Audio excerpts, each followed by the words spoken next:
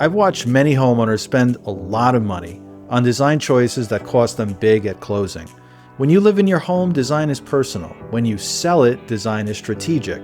If you don't know the difference, you can spend tens of thousands of dollars on updates that subtract from your sale price instead of adding to it. There's a finish coming up in this video that buyers have been trained by Instagram to love.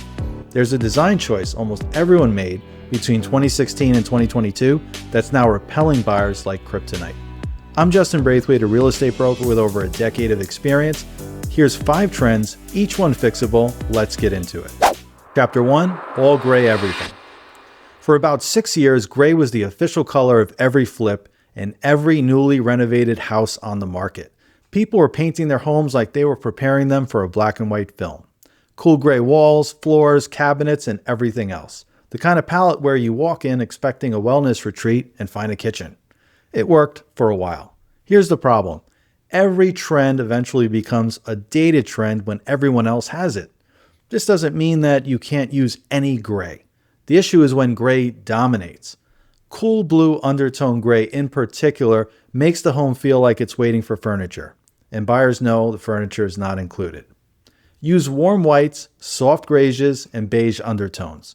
The colors that let a buyer imagine their own life in the room instead of just feeling like they walked into a model home from a decade ago.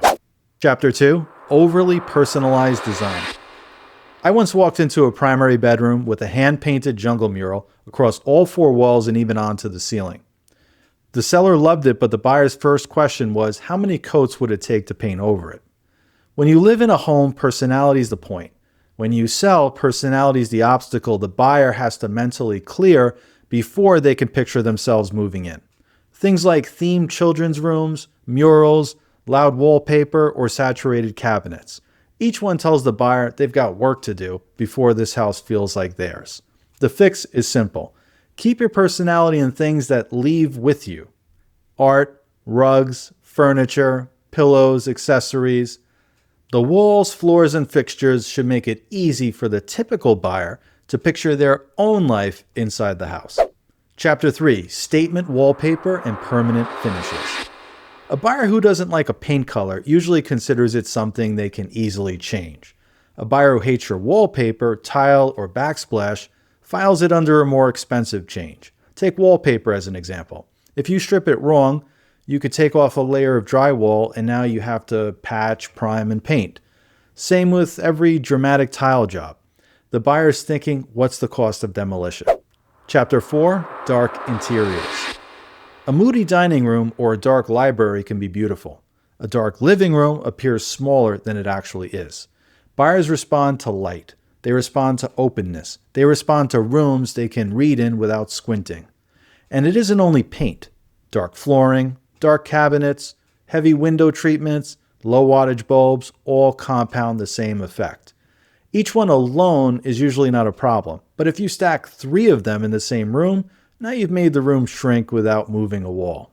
The fix isn't necessarily a renovation. You could just use lighter window treatments, brighter bulbs, and pull back anything covering the windows. In other words, move what's blocking the natural light. You want buyers to walk into the main rooms and feel like they have space, not like they need a flashlight to find the kitchen. Chapter 5, style over function.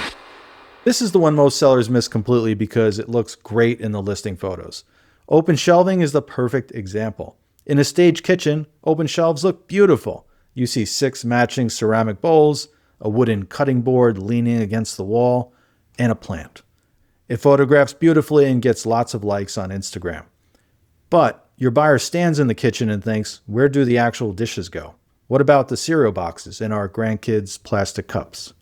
A staged kitchen and a working kitchen are different things, and most buyers can tell the difference in about 10 seconds. The same principle applies to a bedroom converted into a walk-in closet, or a garage converted into a gym, or a pantry removed to make space. Each of these made sense at one time, but none of them is the right call for resale. Function isn't glamorous, but it protects your sale price. Here's the bottom line. A home that performs best in a resale is almost always the one that appeals to the widest pool of buyers, because it's the easiest for buyers to picture living in. If you're buying or selling anywhere in the country and you're not sure where to start, reach out to me. I can help connect you with a strong local agent who knows your market, communicates well, and will give you honest guidance. There's a link in the description. I'm Justin Braithwaite. If you enjoyed this video, hit subscribe. I put out new videos like this every week. Thanks for watching, and I'll see you next week.